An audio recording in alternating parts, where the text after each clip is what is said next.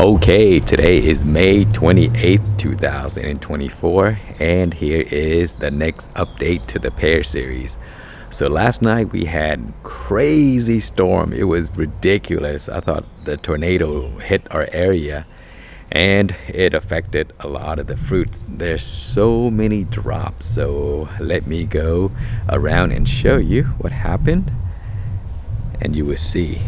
So here we have all these fruits that I collected that dropped from the crazy wind we had last night.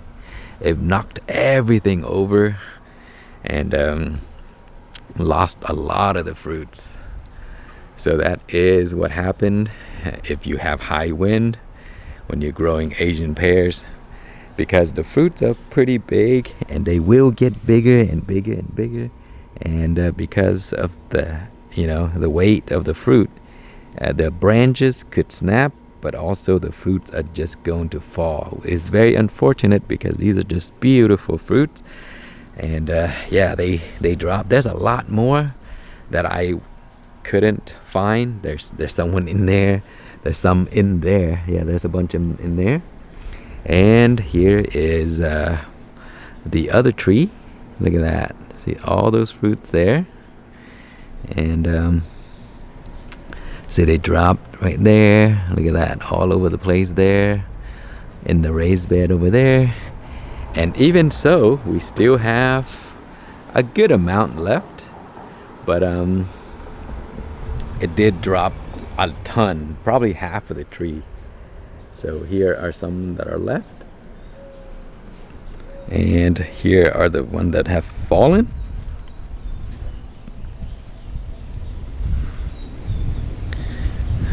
So lots and lots of fruits fell off. Look at that. These are just good pears. Some over there, and a lot of them in there. Okay, so today we are also talking about diseases that have affected my pears.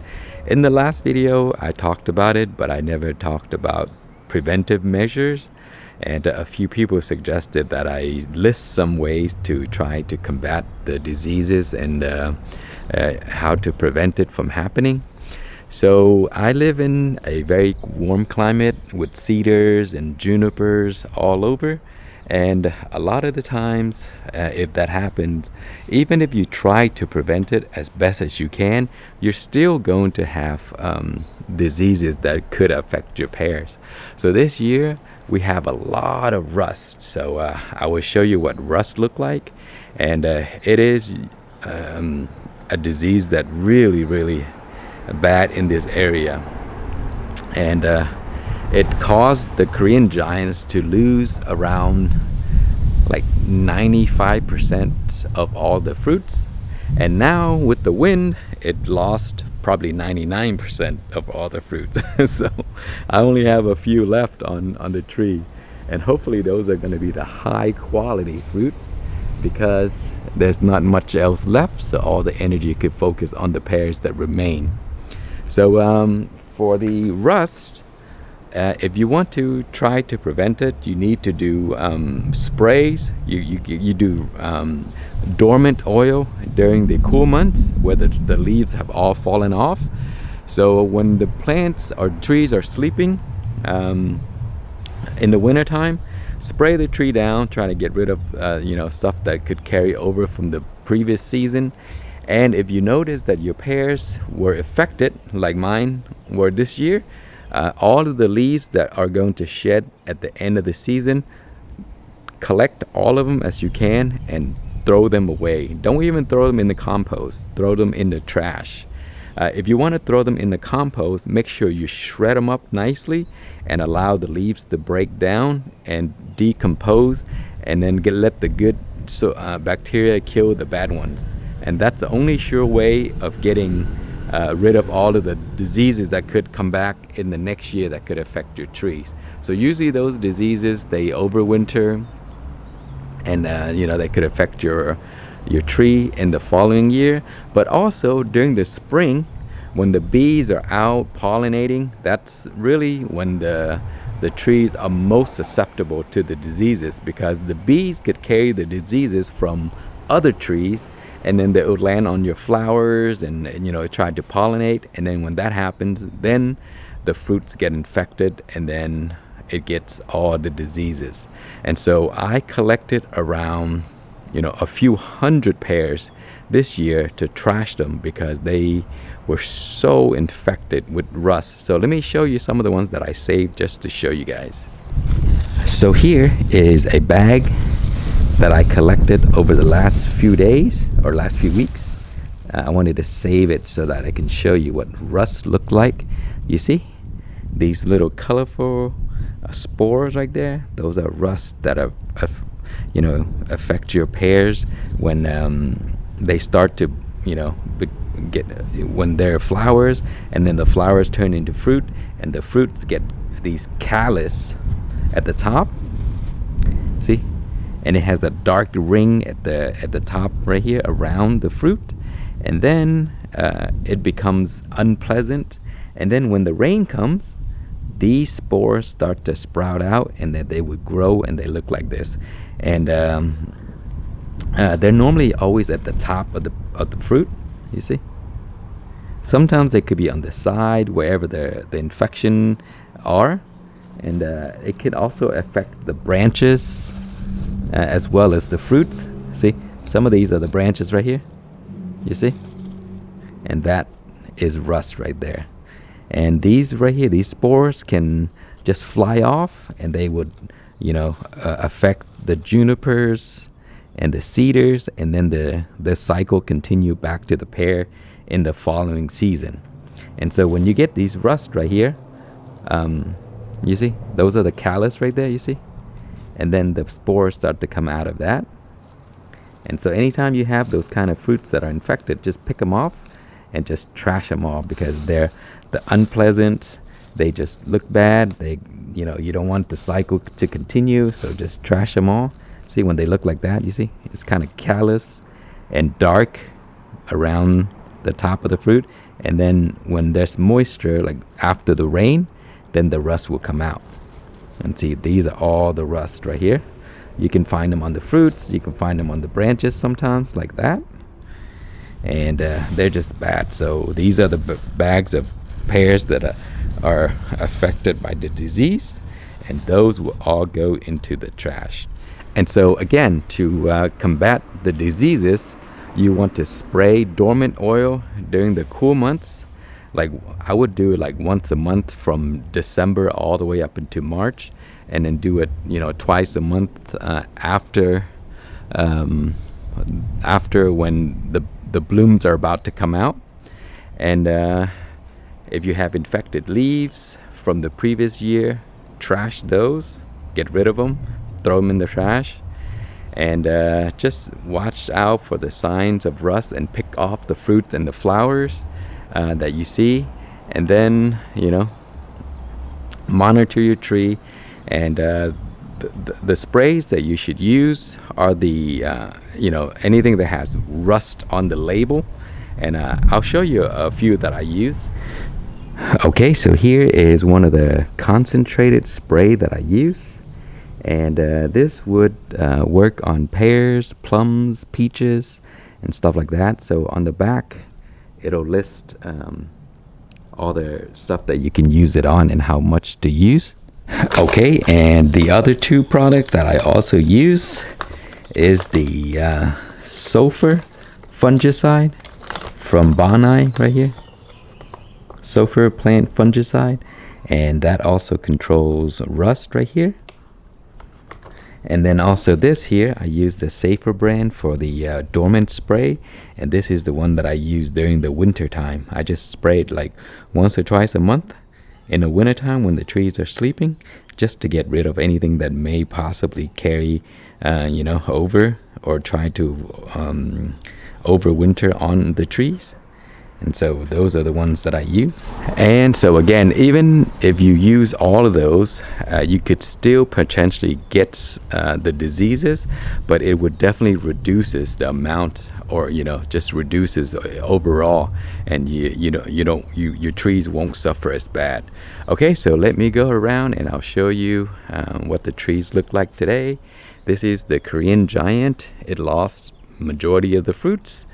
My tree that I grew from seed, and then I grafted on some fruits here. These are the mature Hosui. This is the multi-grafted trees. This is Hosui that I grafted on later. Shinseiki right here. Korean giants right here. Chojuro in the middle. A 20th century right here. And Hosui, which is the main branch over there. Those are super productive, but it lost all of the fruits last night from the wind. This is a Shinko, and I also grafted a bunch of stuff on there. I had Hosui. Man, that branch had so many fruits, and it all dropped off. There's a bunch just all up in here. You see? Look at that. All of the fruits in there, they're dropped. And I still have a pretty good amount left, but I wanted that Hosui branch because those fruits were pretty large. And then this Hosui branch right here, I kind of have a little support here, and because of that, it didn't drop any of the fruits. And so these are are still good from having just a support right here, and those are all the Shinko right there. So still good amount of fruits, but it could have been a lot more. And this is the apple. It's a 4-in-1. Red Delicious, Golden Delicious, Gala, and Fuji. And so it has a good amount of fruits right here. And then this is also another Shinko variety, and it did drop some fruits. Wow, I don't even know how the fig get here. It actually, the tree is over there. Wow, it just blew this thing here all the way to the other side. And here is my persimmon, and man, I lost a lot of fruits from this tree. Still have a good amount left, but there were so many drops. A lot of the drops was earlier this month from excessive rain. There's just too much water, and this tree for some reason is very sensitive to too much water, and it start dropping all of the fruits. And then last night, because of the rain, it dropped some branches with fruits on it.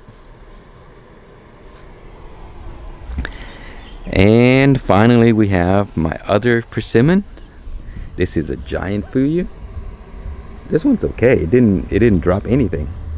So the tree still has a lot of fruits. Look at that. Okay, we are now in June 6, 2024.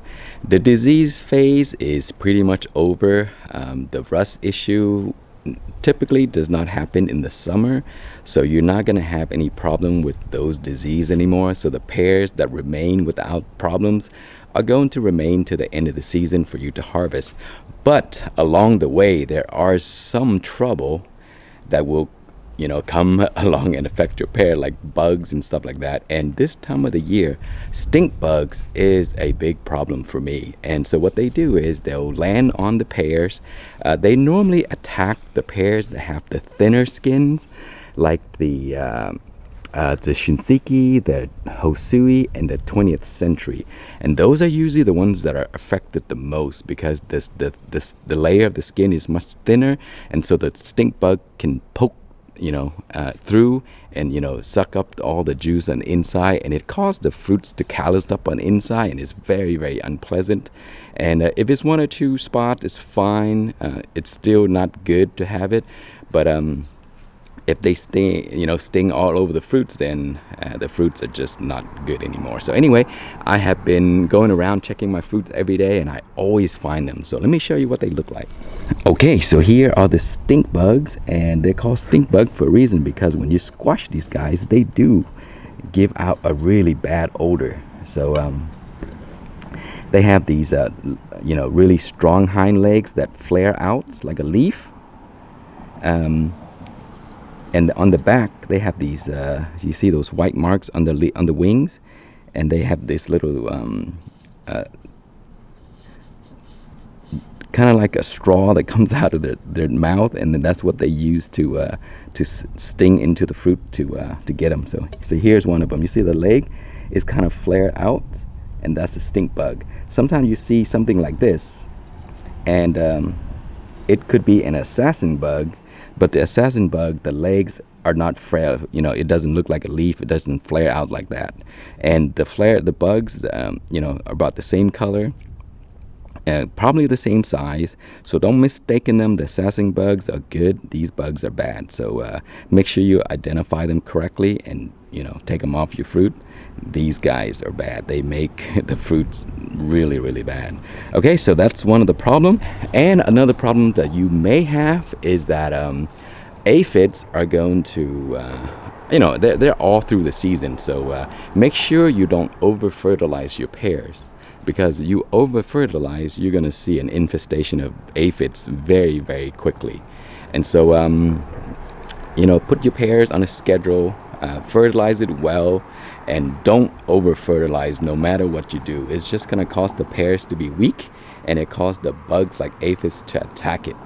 And another thing that you will see often is when you get a lot of rain, just like we did recently. And when that happens, your fruits are going to crack. So normally, you see here, like that. So if you live in an area with a lot of water, and you want to plant your tree high off the ground so it doesn't get soaked in water, and when that happens, with a lot of water, the fruits are going to crack like this. So Shinseiki, 20th century Hosuis, they're prone to crack when there's a lot of water in the ground. So try to plant your tree, elevated if you live in a place that rain a lot, so that you don't get, cracked, because it's you lose these beautiful fruits, just like so. So that's one thing to factor in. And again, it usually happens to the fruits with the thinner skin. Again, my Korean giants never crack, but it's very susceptible to rust this year for some reason. That's very surprising. That's the first time I've had it on the Korean giant. Shinseiki is the prone to crack, 20th century Hosui. Shinkos are fine. Shinkos are very, very tough tree. They can withstand all kinds of diseases. They're blight resistant, so we do get blight here in the south because we're very warm. And so that's a good variety if you live in places where you always get blight. So that's it. And then continue to monitor your fruits, because the diseases that the fruits that with diseases could still be there and you just don't see it, but as they grow you will see it. You see, so here's one here. That's an infected fruit, and if there's moisture, again the rust are going to come out, and just pick those off. They're just unpleasant looking, and you don't want those on your trees. Sometimes they're so high up there that I can't get it, so I'm about to get this stick that pick fruit from really high up. I will pick those off and just get it off my tree, because I don't want it on there. So that's it for now. And summertime is an exciting time because it's almost harvest time, so the fruits are starting to taste better now. So a month ago when they dropped, they taste really bland and dry, but now they're starting to have a little bit flavor. And so within the next month, they're going to get more flavor. So when you have fruit drops from wind and stuff like that, you can still eat those. Just wash them up and clean them up, and they will start to taste better. And then towards August, that's when they're so ready, and that's picking time. So hopefully these are all going to remain. But also one more thing you want to do is try to protect your pears from the bugs by putting these bags on them. You see, I have this jewelry bag right here, and they're really amazing. So let me show you what they look like.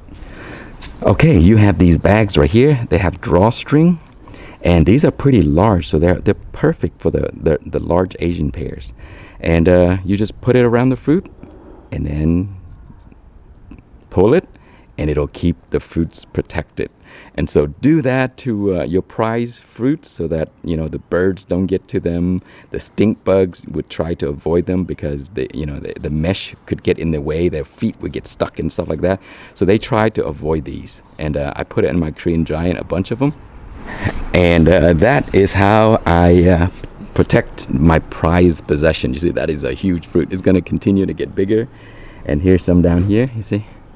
It looks just like that. It doesn't affect anything. It's just going to protect your fruits and make sure it's nice and perfect when you harvest. So if you want to buy these bags, I would post the link so you can get it, and definitely put it around your fruits. I'm going to protect all of these here pretty soon.